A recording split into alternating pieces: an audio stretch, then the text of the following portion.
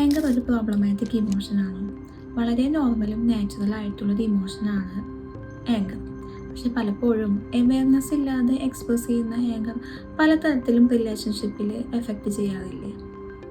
എന്തുകൊണ്ടായിരിക്കും പല രീതിയിലുള്ള ടെക്നിക്സിലെല്ലാം ഫോളോ ചെയ്തിട്ടും ആങ്കർ ഇഫക്റ്റീവായി മാനേജ് ചെയ്യാൻ സാധിക്കാതെ വരുന്നത്? ഇവിടെയാണ് നമ്മൾ മനസ്സിലാക്കേണ്ട കാര്യം.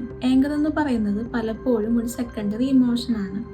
ഈ ഇമോഷനെ അണ്ടർലൈങ് ആയി വരുന്ന റൂട്ട് കോസ് പലപ്പോഴും ഡിസ്റെസ്പെക്റ്റോ ഇൻജസ്റ്റിസോ ഫ്രസ്ട്രേഷനോ സ്ട്രെസ്സോ ആയിരിക്കാം. ഈ റൂട്ട് കോസ് ഫൈൻഡ് ഔട്ട് ചെയ്യലാണ് ഫസ്റ്റ് സ്റ്റെപ്പ്. അതുപോലെ തന്നെ ആങ്കർ എന്ന് പറയുന്നത് അഡൾട്ട് ലൈഫിൽ അഡാപ്റ്റ് ചെയ്യുന്ന ഒരു ബിഹേവിയറൽ പാറ്റേൺ അല്ല.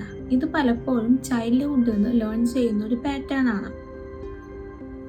പല പാരൻസും വളരെ വയലൻ്റ് ആയിട്ടാണ് ആങ്കർ എക്സ്പ്രസ് ചെയ്യുന്നതെങ്കിൽ ചൈൽഡ് സെയിം പാറ്റേൺ കോപ്പി ചെയ്യാനുള്ള ചാൻസസ് വളരെ കൂടുതലാണ്.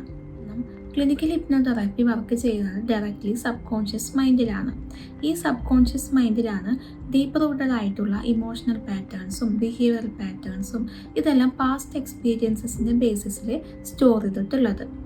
ഇത്തരത്തിലുള്ള അൺഹെൽത്തി ആയിട്ടുള്ള ഇമോഷണൽ പാറ്റേൺസ് ബിഹേവിയറൽ പാറ്റേൺസ് ഇതെല്ലാം റീപ്ലേസ് ചെയ്ത് ഹെൽത്തിയർ ആയിട്ടുള്ള പാറ്റേൺസ് പ്ലേസ് ചെയ്യുന്നതിലൂടെ പുതിയതായിട്ടുള്ള ന്യൂറൽ പാത്വേ ക്രിയേറ്റ് ആവുകയും ഈ വ്യക്തിക്ക് പിന്നീട് ആങ്കർ വളരെ ഹെൽത്തിയറും അവയർനെസ്സോടു കൂടി എക്സ്പ്രസ് ചെയ്യാൻ സാധിക്കുന്നതാണ്.